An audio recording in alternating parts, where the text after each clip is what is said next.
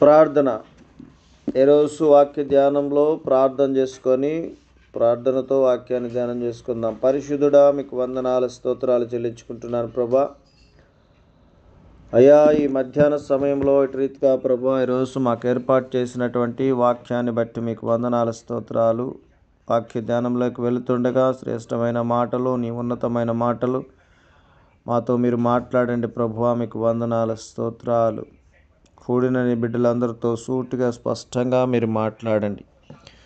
ఎవరికి ఏ ఆహారం కావాలో ఆత్మీయమైనటువంటి ఆహారాన్ని విరిచి వడ్డించి పంచిపెట్టి ప్రతి ఒక్కరితో మీరు మాట్లాడమని మీకు మహిమ ఘనత ప్రభావాలు చెల్లించుకుంటూ ఈ వాక్యము ద్వారా మమ్మల్ని ఆయన సందర్శించి మీరు మాత్రమే మహిమ తెచ్చుకోమని నజరేయుడు సజీవుడు అయిన యేసు పరిశుద్ధ నామములో అడిగి వేడుకుంటున్నాను నా ప్రియ పరలోకపు తండ్రి. ఆమేన్. మంచిది. దేవుని నామానికి మహిమ కలుగునుగాక. మనము ఈరోజు యోహాను గారు రాసినటువంటి మొదటి పత్రిక 2వ అధ్యాయము 16వ వచనము. పత్రిక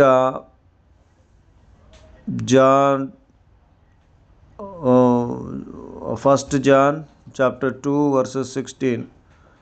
యోహాను గారు రాసినటువంటి మొదటి పత్రిక 2వ అధ్యాయము 16వ వచనము. నేను చదువుతున్నాను, జాగ్రత్తగా మీరు గమనించండి. ప్రియ సహోదరి సహోదరులు, జాగ్రత్తగా ఈ వాక్యాన్ని గమనించండి.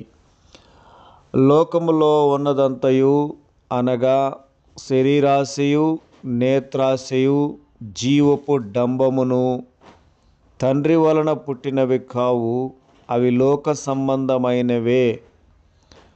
ఈ వాక్యంలో ఎన్నోసార్లు ఈ వాక్యాన్ని మనం ధ్యానం చేసుకున్నాం, వాక్యాన్ని విన్నాం. ఈరోజు చక్కగా మీరు నా మాటలు ఆలకించండి. చాలా శ్రేష్టమైన రోజు ఈరోజు. దేవుడు పునరుద్ధానుడైనటువంటి మనం జ్ఞాపకం చేసుకున్నటువంటి రోజు. దేవునికి మహిమ. ఇటు సమయాన్ని మనకిచ్చినటువంటి దేవాతి దేవుణ్ణి మనము కనపరుస్తూ మహింపరుస్తూ ఆయన నామాన్ని హెచ్చించడానికి ఈ యొక్క సన్నిధిలోకి వచ్చున్నాం. మాటలు జాగ్రత్తగా గమనించండి. యోహాను రాసినటువంటి మొదటి పత్రికలో 2వ అధ్యాయం 16వ వచనంలో లోకములో ఉన్నదంతయు అనగా శరీర ఆశయు నేత్రాశయు జీవపు డంబమును తండ్రి వలన పుట్టినవి కావు, అవి లోక సంబంధమైనవి.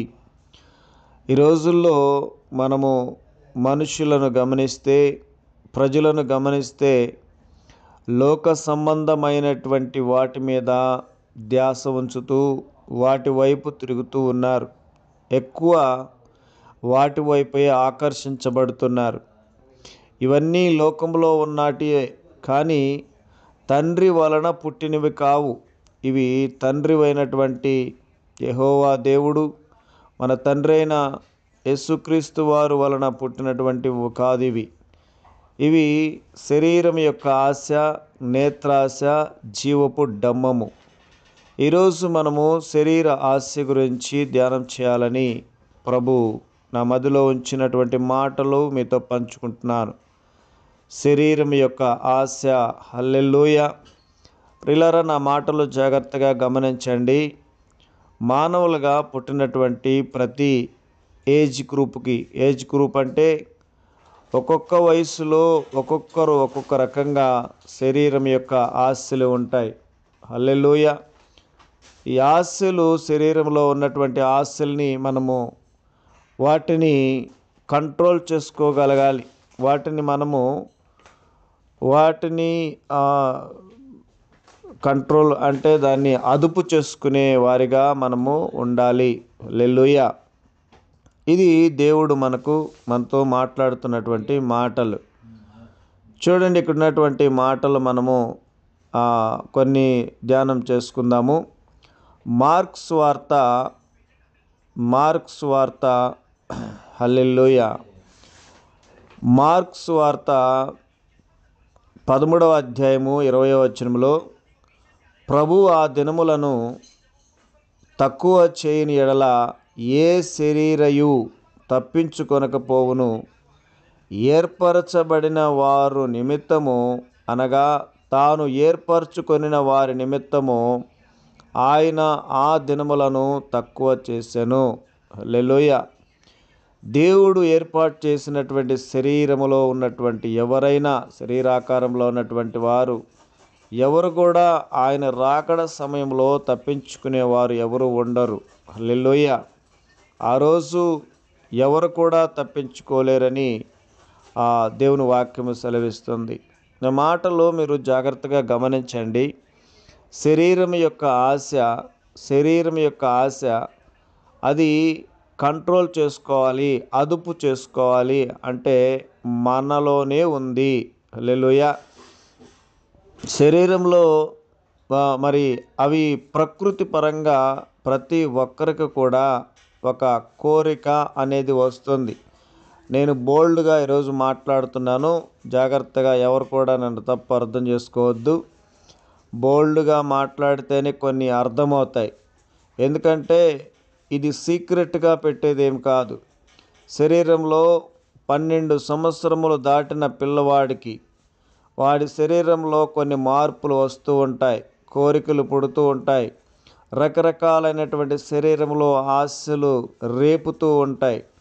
ఈ శరీరంలో రేపినటువంటి శరీర ఆశలను ఆ చిన్నవాడు లేదంటే యవ్వనస్తుడు 14 వయసులో కంట్రోల్ చేసుకోలేనటువంటి పరిస్థితుల్లో ఉంటారు.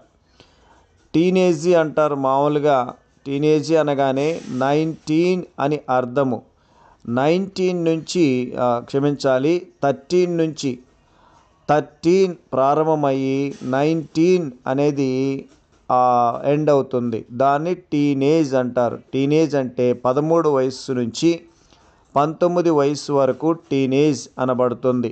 ఈ టీనేజ్లో మరి కుర్రవాళ్ళు, పిల్లలు ఈ శరీరంలో ఉన్నటువంటి మార్పుల వలన, శరీరంలో ఉన్నటువంటి ఆశల వలన, కోరికల వలన వీళ్ళు తప్పిదారిలో పోవడానికి, తప్పుడు మార్గంలో వెళ్ళడానికి, తప్పుడు ఆలోచనలు కలగడానికి ప్రేరేపించబడతాయి. అవన్నీ కూడా రేపుతాయి. ఆ వయసులో ఉన్న వాళ్ళకి రేపుతాయి. ఇవి వాళ్ళ తప్పు కాదండి. 13 సంవత్సరం నుంచి 19 వరకు చాలా స్పీడ్గా లోపల ఆ యొక్క కోరికలు లేదంటే శరీరంలో కొన్ని మార్పులు స్పీడ్గా ఉత్పత్తి అవుతూ ఉంటాయి. అది శరీరంలో ప్రకృతి పరంగా జరుగుతున్నటువంటి క్రియ. దీనిని ఎవరు కూడా కంట్రోల్ చేయలేరు, ఎవరు కూడా అదుపు చేయలేరు. కేవలము ఎవరు అదుపు చేస్తారంటే మనం మాత్రమే అదుపు చేసుకోగలుగుతాం. అది దేని ద్వారా అంటే, నా వరకు నేను చెప్పగలను, వాక్యము ద్వారా చేసుకోగలుగుతాం, దేవుని మాట ద్వారా చేసుకోగలుగుతాం, దేవుని యొక్క మాట, బైబిల్ మాట ద్వారా చేసుకోగలుగుతాము. వాక్యము ఏదైనా కూడా మార్చగలుగుతుంది. ఈ వాక్యం అనేది ఎంతటి కఠినమైన హృదయాన్ని కూడా మార్చగలిగినటువంటి శక్తి ఉంది. కాబట్టి 13 నుంచి 19 వరకు ఉన్నటువంటి ఆ వయసులో శరీరంలో పుట్టేటువంటి కోరికలు, తలంపులు, ఆలోచనలు వీటన్నిటిని కూడా మనము కంట్రోల్ చేసుకోగలిగితే అది ఖచ్చితంగా శరీర ఆశ అంటాము. శరీర ఆశను మనము చంపుకోవడము, శరీర ఆశను అదుపు చేసుకోవడము. హల్లెలూయా. ఇప్పుడు మొదటి యోహాను పత్రికలో 2:16లో చెప్పినటువంటి 3 ఉన్నాయి. శరీరాశ, నేత్రాశ, జీవపు డంబము. ఇది దేవుడు పెట్టింది కాదు అంటున్నారు, కానీ శరీరంలో ఉన్నటువంటి కోరికలు, ఏచ్ఛలు ఇవన్నీ కూడా శరీరంలో దేవుడే పెట్టాడు. అయితే ఇవి లోకములో పుట్టినాటియే. ఇవి లోకములో పుట్టినవి కానీ దేవుడు పుట్టించినవి కాదు. ఇవి లోక సంబంధమైనటివి, దేవుడు పుట్టించినవి కాదు అని దేవుడు ఇక్కడ మాట్లాడుతూ ఉన్నాడు. దేవునికి స్తోత్రము కలుగునుగాక. హల్లెలూయా. కాబట్టి ప్రియులారా, మనము ఒక వయసు నుంచే మనం చెప్పగలిగినాం. టీనేజీ అని 13 నుంచి 19 వయసు వరకు ఉన్నటువంటి వారిలో కలిగే లక్షణాలు నేను చెప్పాను. మరి 20 నుంచి ఆ తర్వాత ఉన్న వయసు పరిస్థితి ఏమిటి? దీనిని టీనేజ్ అంటే దాన్ని మిడిల్ ఏజ్ అంటారు. మిడిల్ ఏజ్ అంటే మధ్యలో ఉన్నటువంటి వయసు. ఈ మధ్యలో ఉన్నటువంటి వయసు వారు కూడా మరి ఖచ్చితంగా ఆ వయసులో కూడా ఖచ్చితంగా ఉంటాయి. కానీ ప్రతి వయసులో కూడా ఇంచుమించుగా 50కు పైన ఉన్నటువంటి వయసు దాకా కూడా ఇలాగే శరీరంలో ఏచ్ఛలు ఉంటాయి, శరీర కోరికలు ఉంటాయి.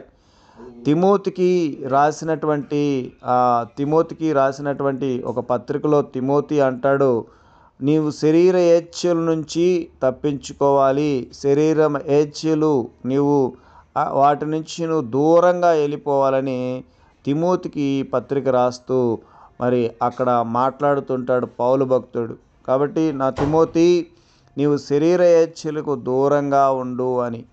మనము వాక్యాన్ని వింటున్నాము, అలాగే వదిలేస్తున్నాము, కానీ దాన్ని పట్టుకోవడం లేదు. ఆ వాక్యాన్ని జాగ్రత్తగా మనం పట్టుకొని దాని ప్రకారం మనం నడవడం లేదు. అందుకని వాక్యాలుగానే ఉంటున్నాం, మనంగానే ఉంటున్నాం.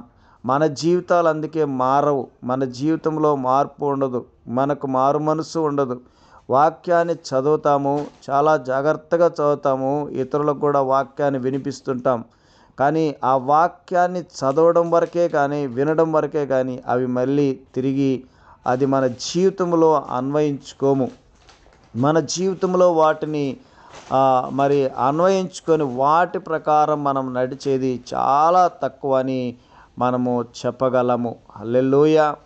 కాబట్టి ప్రియులారా, మనము శరీర ఆశలు ఒక ఏజ్ కాదు కానీ 13 నుంచి ప్రారంభమై ఇంచుమించుగా 50 సంవత్సరముల వయసు వరకు కూడా మనకు ఈ శరీరంలో అవి ఇచ్ఛలు లేకపోతే కోరికలు కలుగుతూ ఉంటాయి.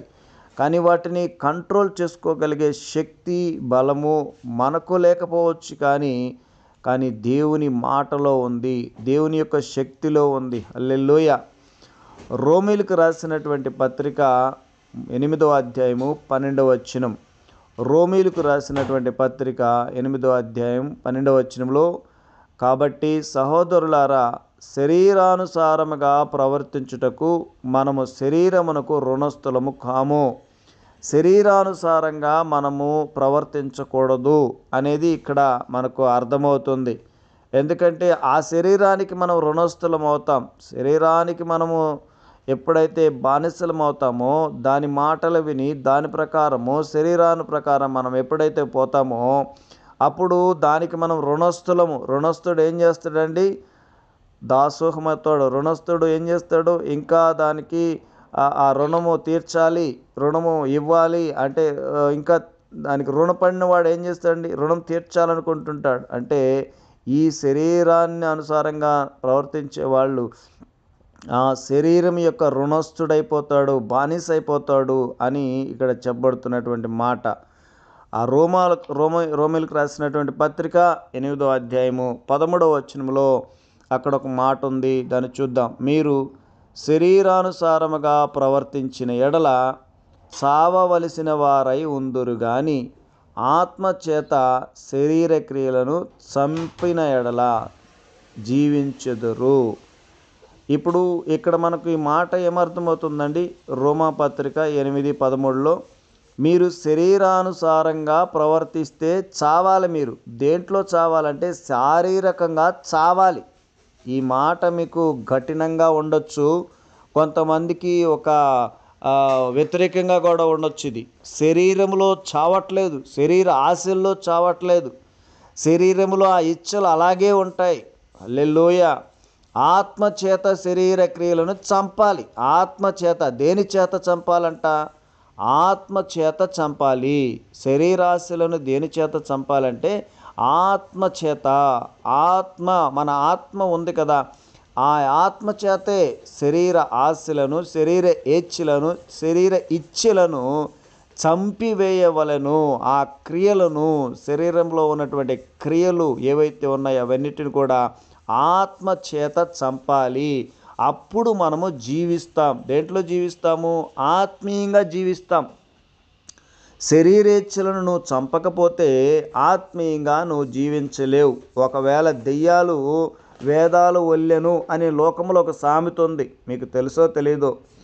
దెయ్యాలంట వేదాలు వల్లిస్తాయి. వేదాలు అనేది పురాణంలో ఈ యొక్క హైందువులకు సంబంధించినటువంటి గ్రంథాల గురించి మాట్లాడుతుంది. ఇక్కడ మనము మన భాషలో చెప్దాం. దెయ్యాలు వాక్యాలు చెప్తున్నట్టుగా, దెయ్యాలు వాక్యాలు బైబిల్లో వాక్యాలు చెప్తున్నట్లుగా అనుకుందాం. ఉదాహరణకి మనము యేసుక్రీస్తు వారు నిన్నటి దినాన్ని కూడా ఒక సహోదరి మన లీడర్గా ఉన్నటువంటి సహోదరి చదివింది కదా, 4వ అధ్యాయం అనుకుంటా, హల్లెలూయా. చదివినప్పుడు యేసుక్రీస్తు వారు 40 రాత్రింపగళ్ళు ఉపవాసం ఉండి 40 రాత్రింపగళ్ళు ఉపవాసం ఉండి ఆయన మరి రాగానే నాకు ఆకలిగా ఉంది అని నోటిలో నుంచి ఒక మాట రాగానే సాతానుగాడు వచ్చి యేసుక్రీస్తు వారిని ఏమన్నాడు? నీకు శరీరం పరంగా ఆయనకు ఆకలైంది, కానీ ఆత్మలో చాలా ఆయన బలవంతుడిగా ఉన్నాడు, బలంగా ఉన్నాడు. ఆయనకి ఏమాత్రం కూడా ఆయన బలహీనుడైతే కాడు. కేవలం శరీరంలో ఆయన చంపుకున్నాడు, శరీరాశను చంపుకొని శరీరంలో ఇబ్బంది లేదు ఆయనకి. కాకపోతే మానవుడిగా ఉన్నాడు కాబట్టి ఆయన పైకి మాత్రము ఆకలి అని మాట అనగానే ఈ దెయ్యం ఏం చెప్పింది? దెయ్యం వచ్చి లోకమంతా నాదే, లోకంలో ఉండేదన్నీ కూడా అన్నీ నావే, ఇదంతా నీకు ఇస్తా, నా కాళ్ళు మొక్కమా అంటాడు. అదేమంటే ఇదిగో ఈ యొక్క మందిరం యొక్క శిఖరం వరకు తీసుకెళ్ళి ఇక్కడి నుంచి నువ్వు దూకేయమంటాడు. లేదంటే ఈ రాళ్లను రొట్టెలుగా చేసుకొని తినమంటాడు. వాడు శోధిస్తున్నాడు. ప్రియులారా గమనించండి, ఈరోజు నిన్ను నన్ను మనలందరినీ కూడా శోధిస్తూ ఉంటాడు. దేన్ని శోధిస్తాడు? శరీరాన్ని శోధిస్తూ ఉంటాడు. శరీర ఆశలు చంపుకోలేకపోతున్నాం మనం, ఆ శరీర ఆశల్ని జయించలేకపోతున్నాము. ఈ రోజుల్లో చూస్తుంటే శరీరంలో ఇచ్చలుంటాయి, కోరికలుంటాయి, అది సహజంగా ప్రకృతిగా వచ్చేటివండి. వాటిని చంపుకోవాలి. అలా చంపుకోకపోతే నీవు ఆత్మలో ఎదగలేవు, ఆత్మీయంగా జీవించలేవు, ఆత్మలో నువ్వు వర్ధిల్లలేవు. నువ్వు ఆత్మలో బలహీనపడిపోతావు, ఆత్మలో నువ్వు బలహీనురాలు అయిపోతావు, పడిపోతావు, ఆత్మలో పడిపోతావు, నువ్వు విశ్వాసంలో పడిపోతావు. ప్రియ సహోదరి సహోదరుడా, దేవుడు ఇక్కడ మాట్లాడుతున్నాడు. శరీర ఏచ్ఛలను, శరీరాన్ని నువ్వు జయించకపోతే, శరీర కోరికలను జయించకపోతే, శరీరంలో ఉన్నటువంటి ఆ కోరికలను చంపకపోతే ఆత్మలో నీ వర్ధిల్లలేవు, ఆత్మలో జీవించలేవు, ఆత్మలో నీవు అసలు నిలబడలేవు, దేవుళ్ళో నిలబడలేవు, యేసుక్రీస్తును ప్రేమించలేవు. పై పెదవులతో నేను యేసయ్య యేసయ్య అని ప్రేమిస్తున్నాను నువ్వు అంటావు, కానీ నీలో ప్రేమ లేదు అని స్పష్టంగా వాక్యము సెలవిస్తుంది. ఈ రోమా 8:13లో మీరు శరీరానుసారముగా ప్రవర్తించిన యెడల చావవలసిన వారై ఉన్నారు. ఆత్మచేత శరీర క్రియలను ఆత్మచేత, ఆత్మ నీలో నాలో మనందరిలో ఆత్మ దేవుడు ఉన్నాడు, ఆత్మ ఉంది, ఆత్మ సంచరిస్తుంది, ఆత్మ జీవించి ఉన్నాడు. ఆత్మచేత శరీర క్రియలను చంపాలి. నువ్వు చంపలేకపోతున్నావా? నీ వల్ల కావట్లేదా? శరీర ఏచ్ఛలను, శరీరంలో కోరికలను చంపుకోలేకపోతున్నావా? హల్లెలూయా. దేవుడు నీతో మాట్లాడుతున్నాడు. ప్రియ సహోదరి సహోదరుడా, శరీర ఏచ్ఛలను, శరీర ఇచ్ఛలను చంపుకోవాలి. ఒక వ్యక్తి, ఒక షుగరు కలిగినటువంటి వ్యక్తి, అతను చాలా కోరికలు ఉంటాయి. ఆ స్వీటు ఈ స్వీటు, పుల్లారెడ్డి ఆ రెడ్డి ఈ రెడ్డి, నేతి మిఠాయిలు రకరకాల ఎన్ని తినాలని ఉంటుంది అతనికి, కానీ చంపుకోవాలి. శరీరంలో ఉన్నటువంటి ఆ యొక్క కోరికలు చంపుకోవాలి, లేకపోతే షుగరు చచ్చిపోతాడు. దేవునికి స్తోత్రం కలుగునుగాక. కాబట్టి అక్కడ మనము శరీర ఇచ్ఛలను చంపుకోవాలి. అప్పుడే నువ్వు ఆత్మీయంగా ఎదుగుతావు, ఆత్మలో జీవిస్తావు, ఆత్మలో వర్ధిల్లుతావు, ఆత్మీయ జీవితంలో వర్ధిల్లుతావని దేవుడు మాట్లాడుతున్నాడు ఇక్కడ. ప్రియ సహోదరి సహోదరుడా, శరీర ఇచ్ఛలను జయించలేకపోతున్నావంటే కారణం ఏమిటంటే ఆత్మలో బలహీనుడు నువ్వు, ఆత్మలో లేవు. ఆత్మలో నువ్వు కేవలం పై పెదవులతో చెప్తున్నావు. సహోదరుడా, జాగ్రత్తగా వినాలి, నువ్వు జాగ్రత్తగా విను. సహోదరి, నువ్వు పై పెదవులతో యేసయ్య అంటున్నావు, ప్రభువా అంటున్నావు. అందుకే బైబిల్ చెప్తుంది, ప్రభువా అన్న వాళ్ళంతా కూడా పరలోకానికి వెళ్ళరు, పరలోకం చేరరు. పరలోకం చేరాలంటే నీవు ఆత్మలో వర్ధిల్లాలి, ఆత్మలో జీవించాలి, ఆత్మలో నువ్వు బలమైన వాడిగా బలమైన దానిగా ఉండాలి. కానీ ఆత్మలో బలహీనంగా ఉండి పై పెదవులతో ఎన్నిసార్లు నువ్వు ప్రభు అన్నా కూడా పరలోకానికి నీవు చేరవని దేవుడు ఇక్కడ మాట్లాడుతున్నాడు. ప్రియ సహోదరి సహోదరుడా, హల్లెలూయా. కొరింథీయులకు రాసినటువంటి మొదటి పత్రిక 3వ అధ్యాయం 3వ వచనంలో, కొరింథీయులకు రాసిన పత్రిక మొదటి కొరింథీ 3వ అధ్యాయం 3వ వచనము, మీలో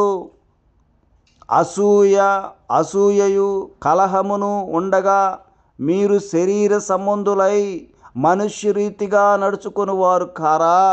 హల్లెలూయా. ఇక్కడ ఆత్మ గురించి శరీరం గురించి ఒక మాట కనబడుతుంది మనకు. మీరు ఆత్మలో ఉన్నట్లయితే శరీరానుసారంగా మీలో అసూయ ఉంటుంది, కలహం ఉంటుంది, ఇవన్నీ ఉంటాయి. ఇవన్నీ ఉన్నప్పుడు శరీర ఏచ్ఛలు నీలో విచ్చలవిడిగా ఉంటాయి. ప్రియ సోదరి సోదరుడా, త్రాగుడు అనే బానిసత్వము, జూదం అనే బానిసత్వము, వ్యభిచారం అనే బానిసత్వము, ఇవన్నీ శరీరంలో కోరికలు, ఇచ్ఛలు, శరీరంలో ఉన్నటువంటి ఆశలు, వాటన్నింటినీ చంపుకోవాలి.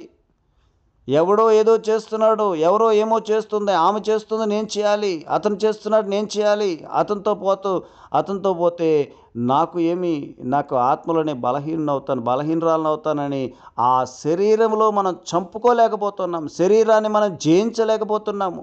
ఈరోజు దేవుడు నీతో మాట్లాడుతున్నాడు. ప్రియ సహోదరి సహోదరుడా, ఎవరో ఏదో చెప్తున్నారు, పక్కింటి ఆమె అంటది, అబ్బా నువ్వు ఏం అందంగా ఉన్నావమ్మా, ఎంత అందంగా ఉన్నావు, నీ అందాన్ని చూసుకో మురిసిపోతున్నావు, శరీరాన్ని ప్రేమిస్తున్నాను, శరీర ఏచ్ఛలు నీలో ఇంకా రేపబడతాయి, అందం మోసకరం, సౌందర్యం వ్యర్థమని సామెతల్లో చెప్పబడింది. 30-31 ఉంటుంది. దేవునికి స్తోత్రము కలుగునుగాక.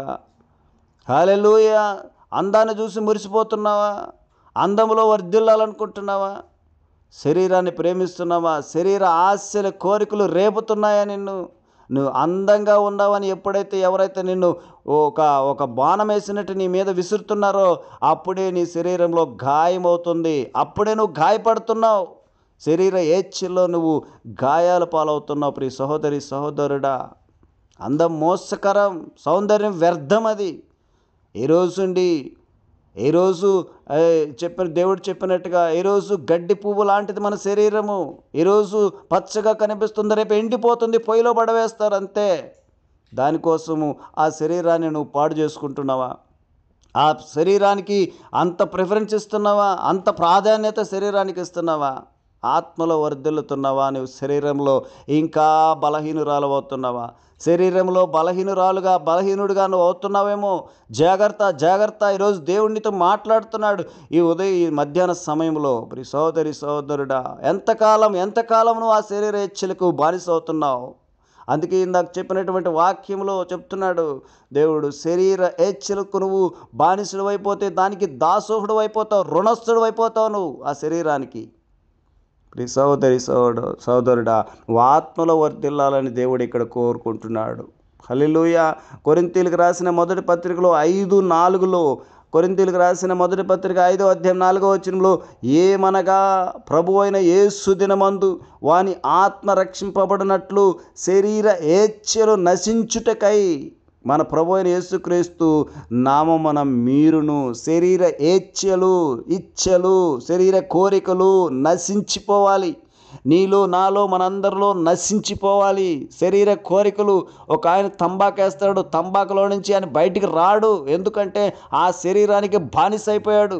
ఆ శరీరంలో ఆయన బయటికి రాలేని పరిస్థితుల్లో, ఎందుకంటే ఆత్మలో బలహీనుడై ఉన్నాడు. హల్లెలూయా.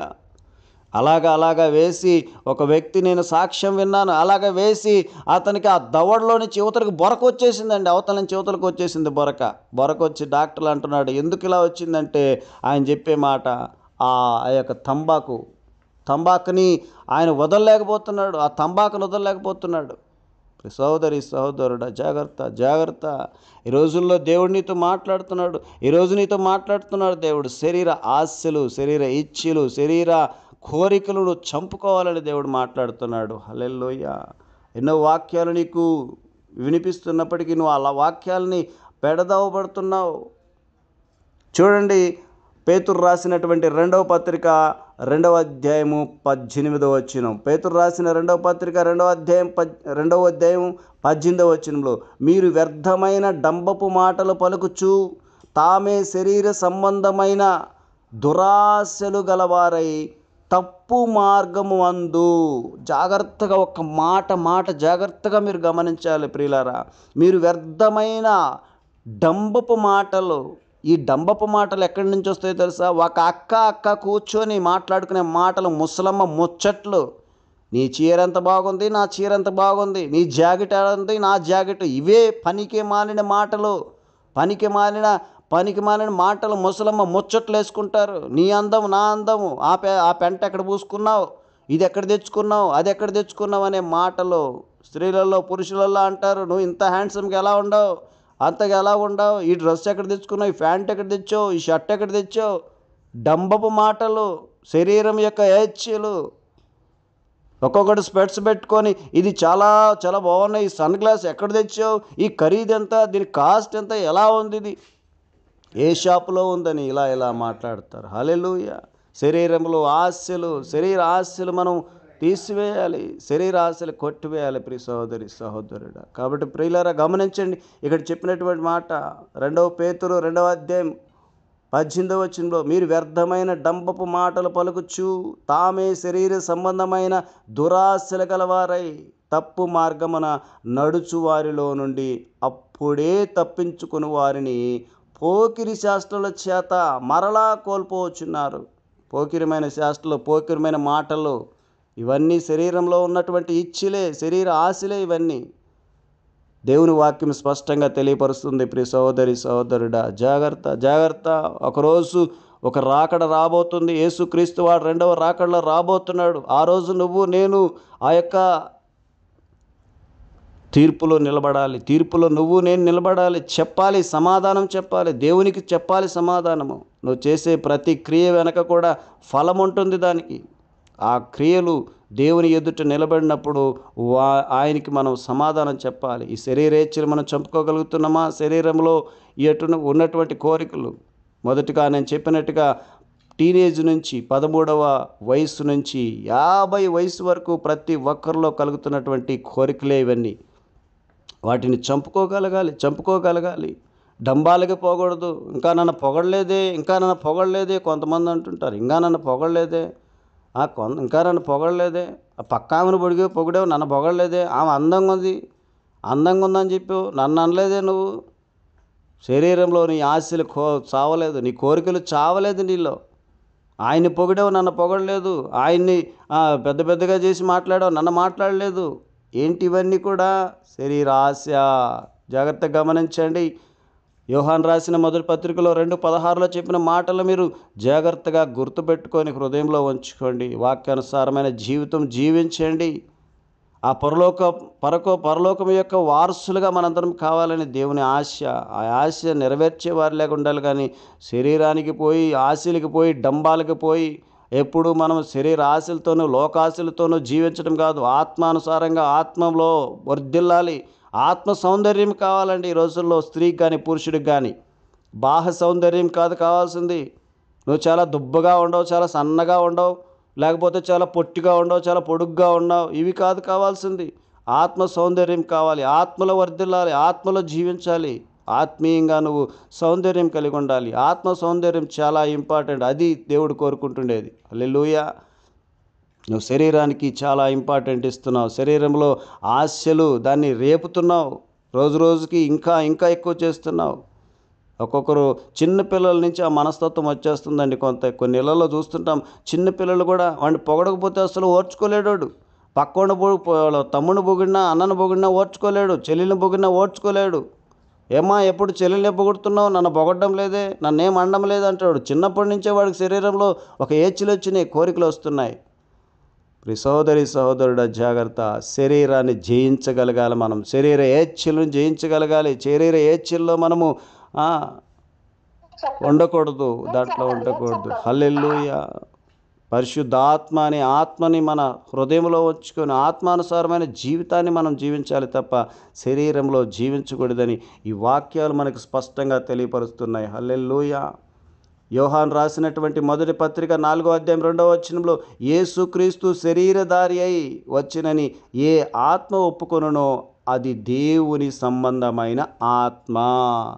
నువ్వు ఒప్పుకుంటున్నావా? దేవుడు శరీరధారి అయి లోకానికి వచ్చాడు, నీకోసం నా కోసం వచ్చాడని ఆ మాట నువ్వు నమ్మినట్లయితే శరీరంలో నువ్వు బతకవు, నువ్వు శరీరంలో జీవించవు, ఆత్మలో జీవిస్తావు. దేవుని ఆత్మలో, పరిశుద్ధ ఆత్మలో నువ్వు జీవిస్తావని దేవుడు మాట్లాడుతున్నాడు. ప్రియ సహోదరి సహోదరుడా, ఈరోజు నువ్వు నేను ఇలాంటి యొక్క శరీర ఆశల్లో ఉంటే, నేత్రాశ, జీవపు డంబము ఈ లోకములో ఉన్నటివి ఇది దేవుని వల్ల పుట్టినవి కాదంటున్నాడు స్పష్టంగా మాటలు. దేవుని వల్ల పుట్టినటివి కాదు. జీవపు డంబము, నేత్రాశ, కళ్ళతో చూసిందంతా కావాలంటాం. అందంగా ఉంది, అట్లుంది, ఇట్లుంది, అట్లుందని ఎడ చెప్తున్నాను? నేత్రాశలో చూసిందల్లా అది ఇది, అబ్బో ఇది అంత అందంగా ఉంది, ఇది అంత అందంగా ఉంది, ఇది ఎలా ఉంది, అలా ఉంది, అది కలరు, ఇది కలరు. ఏంటి ఇవన్నీ కూడా శరీరంలో పుట్టే ఏచ్ఛలు. వాటి నుంచి దూరంగా మనము పారిపోవుదుముగాక. హల్లెలూయా, హల్లెలూయా. ఈ వాక్యాలు దేవుడు దీవించి ఆశీర్వదించునుగాక. ప్రార్థన చేసుకున్నాం. పరిశుద్ధుడా, మీకు వందనాలు, స్తోత్రాలు చెల్లించుకుంటున్నాను ప్రభువా. గొప్ప దేవుడా, ఈ మధ్యాహ్న సమయంలో ఇటు రీతిగా మాతో మాట్లాడావు, మీకు వందనాలు, స్తోత్రాలు. నాయన తండ్రి, కొన్ని మాటలు, శ్రేష్టమైన మాటలు, బైబిల్లో నుంచి ఉన్నటువంటి మాటలు మాకు నాయన వివరించి తెలియపరిచారు, మీకు వందనాలు, స్తోత్రాలు.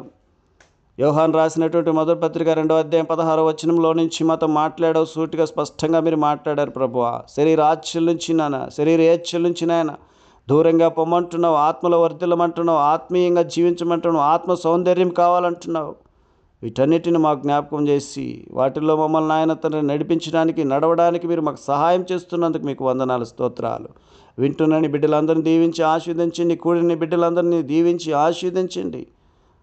ఇటువంటి కృప మాకు, మా అందరికీ, వింటున్న వారికి, వీడియో చూస్తున్న వారికి, లైవ్ చూస్తున్న వారికి అందరికీ మీరు దీవించి, అందరినీ దీవించి ఆశీర్వదించి మీరు మహిమ పొందమని నజరేయుడు సజీవుడు అయిన యేసుక్రీస్తు అతి పరిశుద్ధ నామములో అడిగి మిక్కిలి బ్రతిమలాడి వేడుకుంటున్నాను నా ప్రియ పరలోకపు తండ్రి.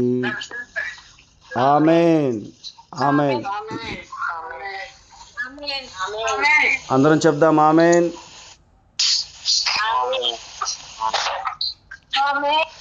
ఆమేన్, ఆమేన్.